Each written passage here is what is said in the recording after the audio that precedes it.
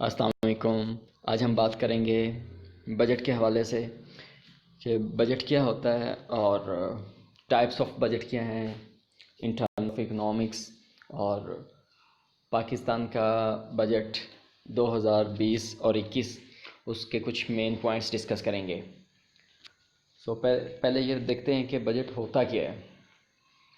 Budget basically एक economic year, माली साल कहते हैं, फिस्कल ईयर, उसका एक अंदाज़ा, एक एस्टिमेशन या एक प्लान होता है कि नेक्स्ट आने वाले साल में गवर्नमेंट के टोटल एक्सपेंडिचर्स कितने होंगे, गवर्नमेंट के टोटल रेवेन्यू कितने होंगे और वो कहाँ से कलेक्ट किए जाएंगे। ठीक है, ये बजट की डेफिनेशन है। Budget is basically a financial plan for a defined period. ठीक है, एक साल के लिए बेसिकली ये प्लान होता है कि अभी जिस तरह पाकिस्तान में बजट आया 2020 और 21 उसे नाम देंगे, और क्योंकि पाकिस्तान का माली साल 1 जुलाई से लेके 30 जून तक होता है, तो ये बजट 30 जून से पहले पहले गवर्नमेंट अनाउंस करती है और इसमें टोटल एस्टिमेशंस बनाई जाती हैं कि कौन कौन से शोबा में कितनी कितनी अमाउंट खर्च करनी है, कौन कौन से शोबा से कितनी कितनी अमाउंट या रेवेन्यू जनरेट होना है। तो इसमें ये सारी चीज़ें बताई जाती हैं। तो अब देखते हैं कि वाई गवर्नमेंट प्रिपेयर बजट।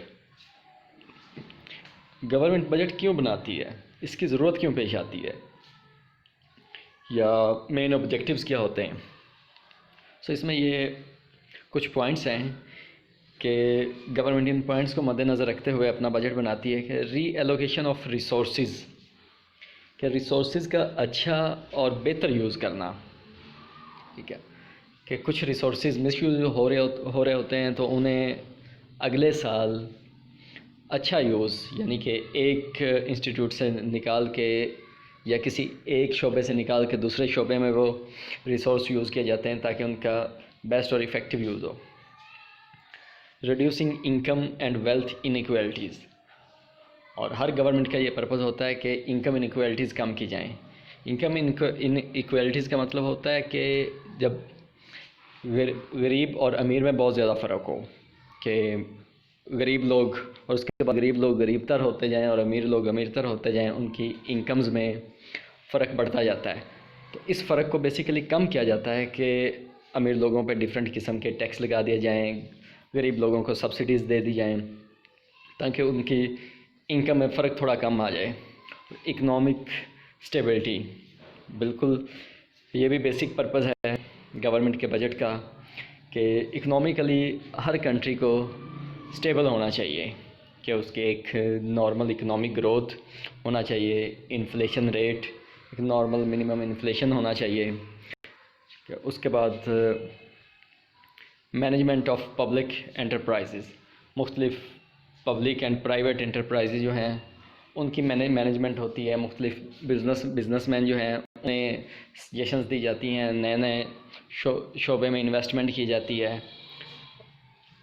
और इकोनॉमिक ग्रोथ के अलावा फिर रिड्यूसिंग रीजनल डिस्पैरिटीज़ में हम इलाकाई इनइक्वालिटीज़ देखते हैं, कि जिस तरह अभी अक्सर बात होती है कि जनूबी पंजाब वो उस पर रिसोर्सेज ज़्यादा नहीं लगाए जाते और शुमाली पंजाब पे ज़्यादा लगाए जाते हैं, लाइक लाहौर वाली साइड पे।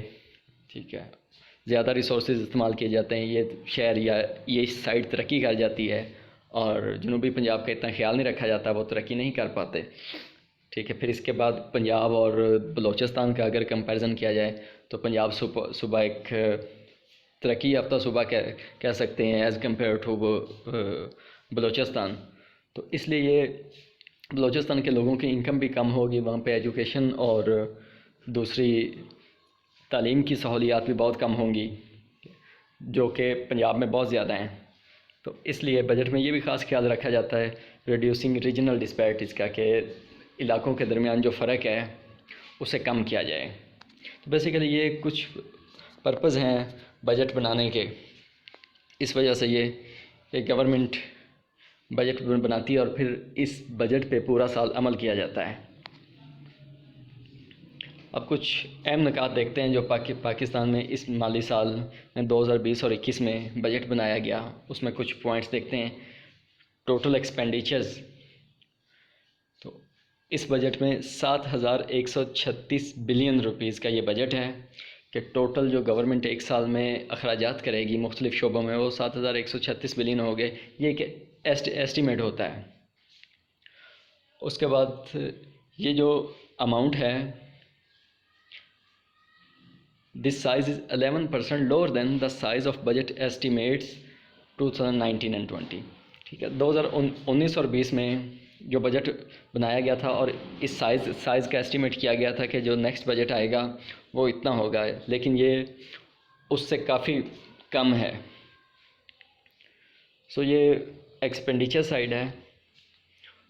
उसके बाद टोटल रेवेन्यू, गवर्नमेंट ने जो एस्टिमेट किया है कि मुख्तलिफ़ चीज़ों से, अपने मुख्तलिफ़ अदारों से जो इनकम जनरेट होती है, टैक्स के हवाले से टैक्स की इनकम जनरेट होती है, तो वो 6,573 बिलियन रुपीज़ ये टैक्स की अमाउंट जनरेट होगी, या ये टोटल रेवेन्यू जनरेट होगा। ठीक है, which net federal revenue will be 3,700 billion rupees. इसमें जो फेडरल की साइड से होगा वो 3,700 बिलियन रुपीज़ होगा रेवेन्यू। ठीक है, अब FBR टैक्स रेवेन्यू, FBR की साइड से जो टैक्स होगा वो बजट किया गया कि 4,963 बिलियन रुपीज़ ये FBR की साइड से होगा, ये कलेक्शन होगी। देखते हैं कि मुख्तलिफ़ अदारों पे, जो मेन अदारे हैं, उन पे कितना कितना ख़र्च किया जाएगा इस माली साल में। तो उसमें एक डिफेंस का अदारा है जिसमें डिफेंस अफेयर्स एंड सर्विसेज होता है। तो for defence affairs and services an amount of ₹1,289 billion has been estimated for the year. तो ये अमाउंट डिफेंस पर्पज़ के लिए खर्च की जाएगी। इसके बाद है पब्लिक सेक्टर डेवलपमेंट प्रोग्राम, तो 1,324 billion rupees public sector development programme के लिए रखे गए हैं।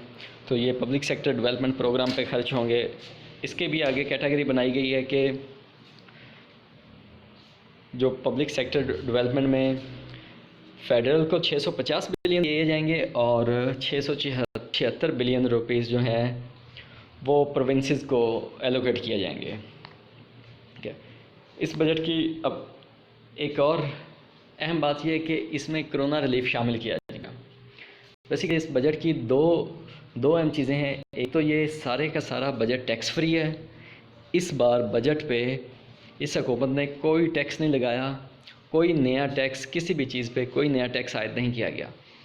तो और एक ये कोरोना रिलीफ फ़ंड ऐड किया गया। सो 875 बिलियन रुपीज़ का ये कोरोना रिलीफ पैकेज है।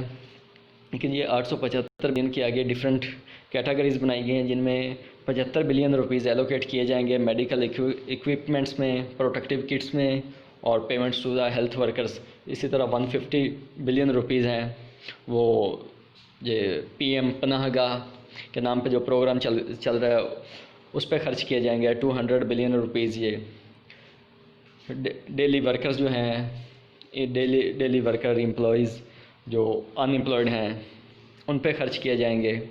ठीक है, 50 बिलियन रुपीज़ का यूटिलिटी स्टोर सब्सिडी दी जाएगी। उसके बाद FBR and ministry of commerce को 100 बिलियन रुपीज़ दिए जाएंगे। 100 billion allocated for power and gas bill deferral and 50 billion for payments of electricity bill for 3 months of 3 million small businesses. ठीक है, 50 billion rupees जो हैं वो इलेक्ट्रिसिटी के हवाले से खर्च किए जाएंगे, सब्सिडी दी जाएगी। और इसी तरह 3 मिलियन स्मॉल बिज़नेस जो हैं उन पे ये अमाउंट खर्च की जाएगी। ये जो 50 बिलियन की अमाउंट है ये 3 मिलियन स्मॉल बिज़नेस और इलेक्ट्रिसिटी के हवाले से ये खर्च की जाएगी। और इसके बाद 50 बिलियन रुपीज़ जो हैं वो फार्मर्स की ज़रूरी आलात और ज़रूरी अद्वियात की सब्सिडी के लिए 50 बिलियन रुपीज़ खर्च किए जाएंगे। 100 बिलियन रुपीज़ एमरजेंसी के लिए रखे गए हैं इस कोरोना रिलीफ पैकेज में। तो ये टोटल मिला के टोटल कोरोना रिलीफ फ़ंड जो है ये 875 बिलियन रुपीज़ का बनता है। इसके अलावा बाकी सेक्टर जो हैं उसमें हेल्थ सेक्टर है 20 billion rupees for health sector, 64 billion rupees for higher education reforms, और जो बाकी सब्सिडीज़ के हवाले से 179 बिलियन रुपीज़ एलोकेट किए गए हैं।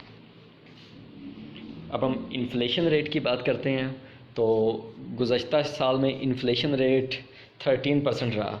तो अब इस बजट में 2020-21 बजट में ये प्लान किया गया है कि हम अपना इन्फ्लेशन रेट कम करके 13% से कम करके 6.5% तक लेके आएंगे। और ग्रोथ रेट, पिछले साल हमारा ग्रोथ रेट बहुत कम रहा, लाइक -0.04, और ये एस्टिमेट किया जा रहा है कि हम इसे बढ़ा के इस माली साल में 2.1% ग्रोथ रेट लेके आएंगे। तो ये था एक बजट का एक ब्रीफ इंट्रोडक्शन, ताकि काफ़ी सारे लोगों को पता नहीं होता कि बजट में क्या चीज़ बताई गई है और कैसे बताई गई है। तो ये बजट के कुछ सैलिएंट फीचर्स थे, कुछ मेन पॉइंट्स थे जो हमने आपसे डिस्कस किए। Thank you very much.